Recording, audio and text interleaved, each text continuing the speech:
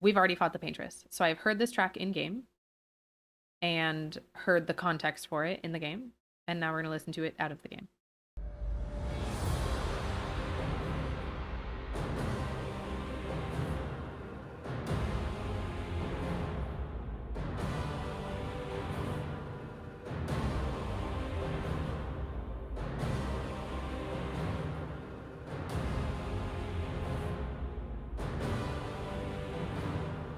I really like that intro. Sorry for already pausing it, but I really like that intro because I do think that regardless of how much you've figured out in the game and what you think is really going on, the Paintress is in your mind at the time of playing this fight. The Paintress is the ultimate thing that you've been headed towards and trying to reach to fight. And so I feel like this has the gravity that we would want musically to get that point across as soon as the fight starts, which is very cool.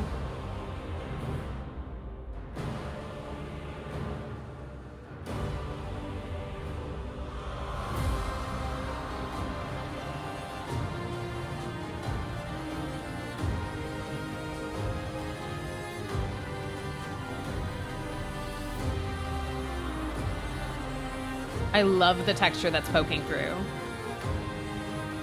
on the stringed instruments.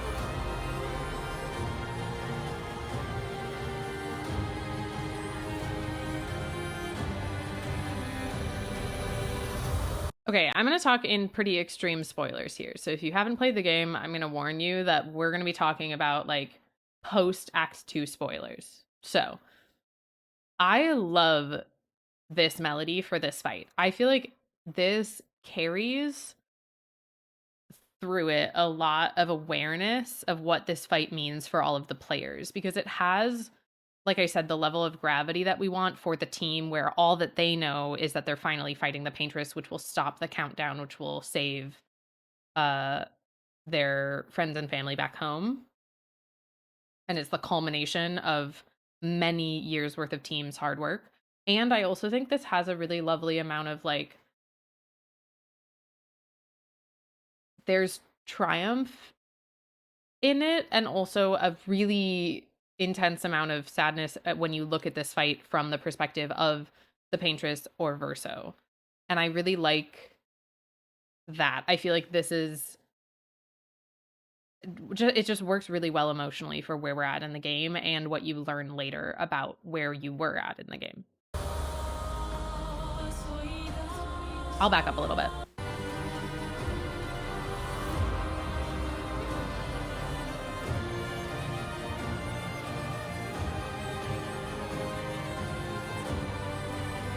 Because this melody really, to me at least, like really is getting across this feeling of like fighting someone you don't really want to be fighting, which is the context that we get after the fight. And I think it's beautiful that it's almost musically foreshadowed by that element. And obviously you could read kind of the melancholy in this piece in so many different ways, like the number of expeditioners that died for them to have gotten to this point, etc. So it has this kind of like non-spoiler emotional context, but also I really like looking at it through the lens of like there's other things going on that the player's not aware of that the music is able to speak to a little bit more.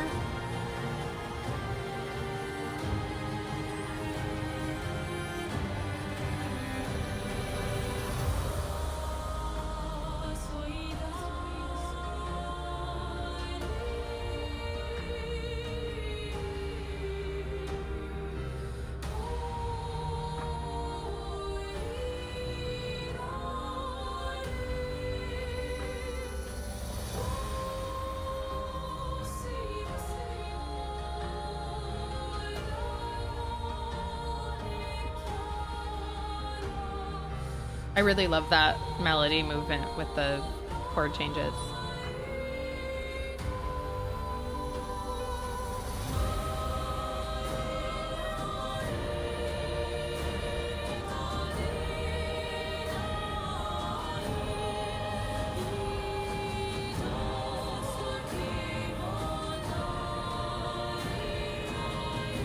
Yeah, the counterpoint in this section is so good. Oh, this counter melody.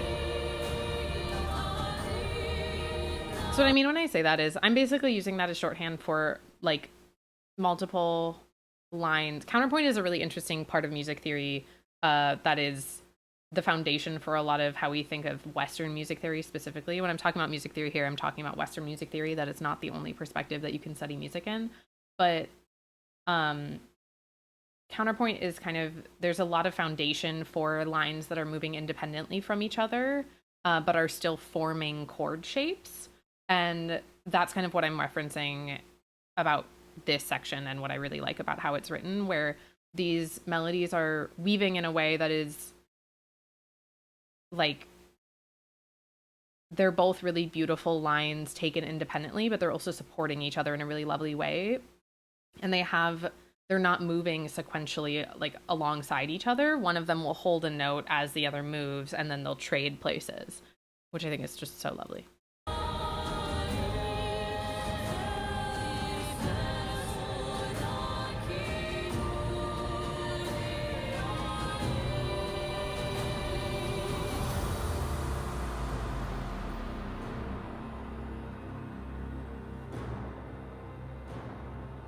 Really awesome texture. Ooh, that little rip.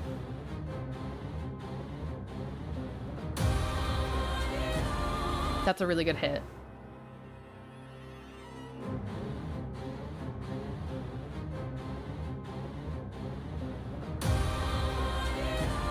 I like that impact.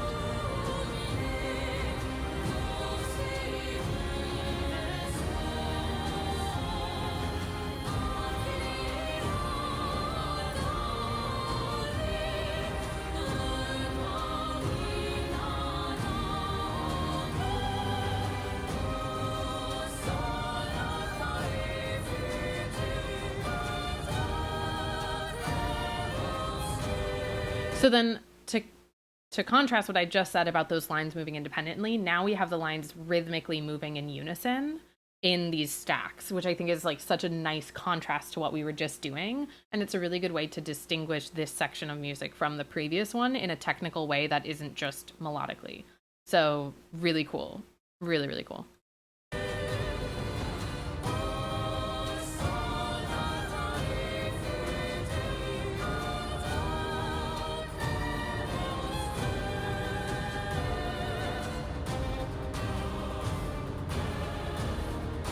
I like this kind of like boom, da, da, da, really cool.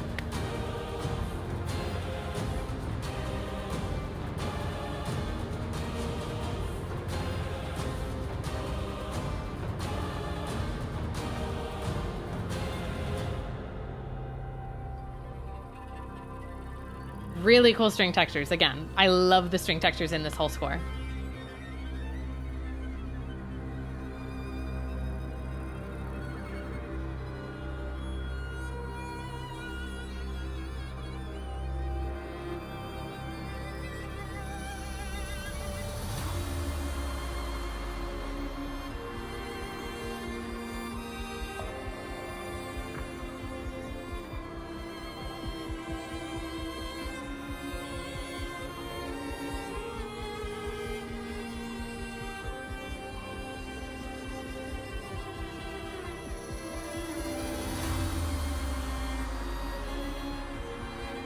I really love the violin writing here. And obviously the cello underneath.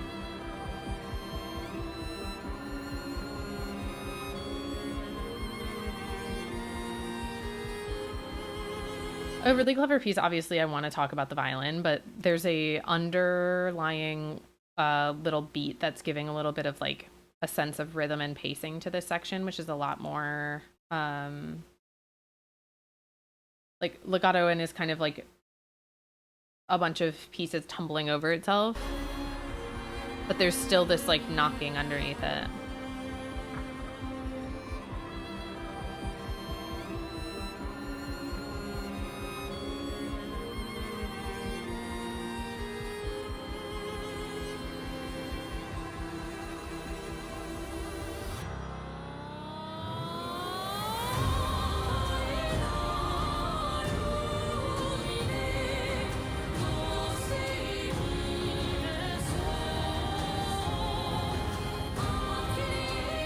I like that.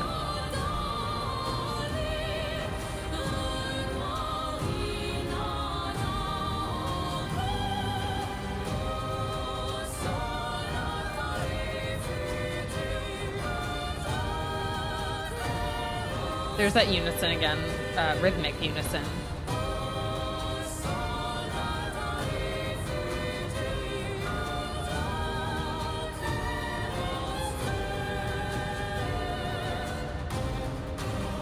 And here's this again, this low and high on the...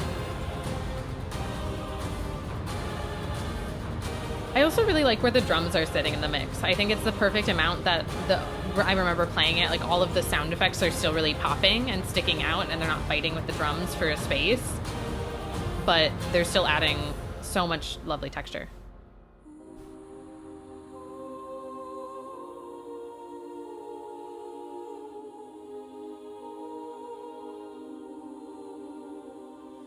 Ooh, I like that. I'm gonna go back for a second.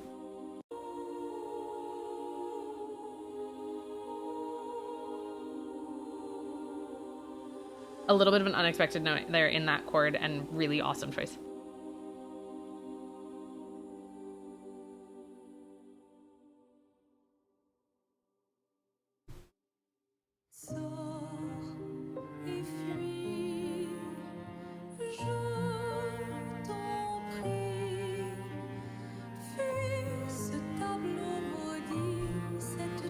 So there's something that I want to bring up just like regarding piano and voice. I think this is a really lovely choice that I think I would love to think is super deliberate. It would not surprise me if it absolutely was, and even if it wasn't, it's a happy coincidence. The relationship that Verso has to the piano, and that being a core part of his backstory that we learn. I really like that this was pulled back to piano and a woman's voice. Like, it almost feels like it's kind of intentionally a duet between Verso accompanying his mother.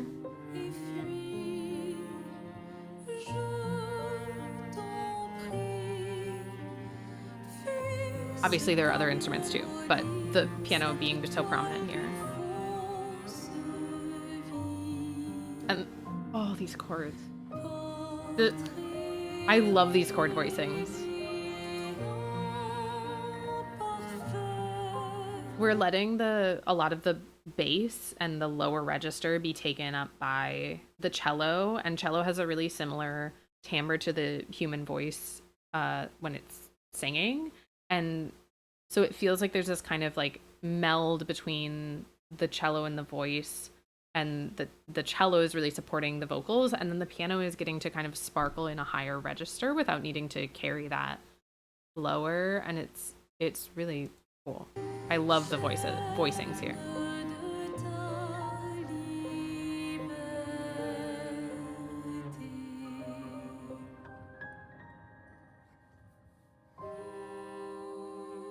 I'm so sorry for stopping it again, but I want to point something out really, really specific.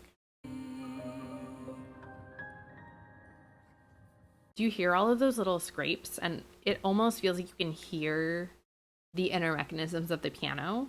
And like, whether or not that's true, there's this like texture and this like rawness to both the piano sound and also all of these kind of background textures that are in here, where it feels like you can like physically feel the hammer hitting the string and feel like the sound of someone releasing a pedal on the piano. Like, it's just these details where it feels like it's placing you in a really small and intimate room with the music.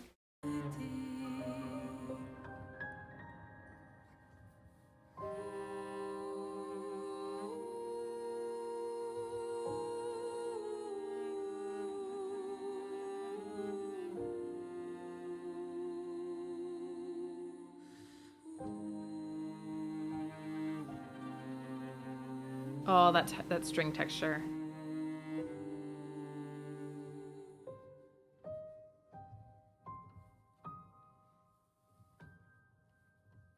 You can hear the physicality of the piano. It's like you can almost like hear like the scrape of players' chairs on the ground and the like foot being released from the pedal. There's this like incredible like intimacy to how this is presenting itself in the mix, the piano specifically, that I think is it's so humanizing for the music, and it's so gorgeous. It's like I always love when you can hear like when someone's playing guitar in a recording and you can hear like the scraping of the fingers against the fret or anything like that. I think I'm just so addicted to those details, and I love that they're here.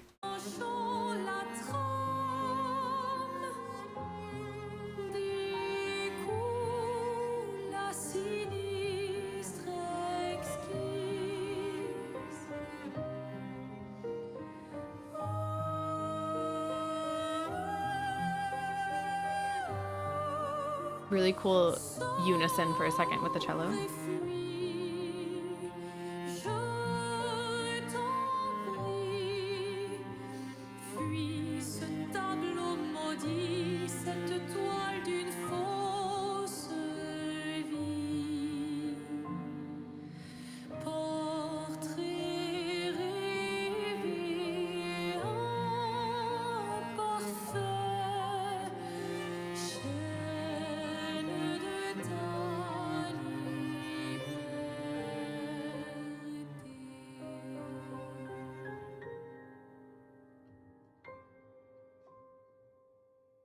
Ugh, that's so good. That's just so good. It's so, the writing, the orchestration, all of the chord voicings, it's all there. It's so good. The mix, the way that we can hear the piano pedal, it's just good.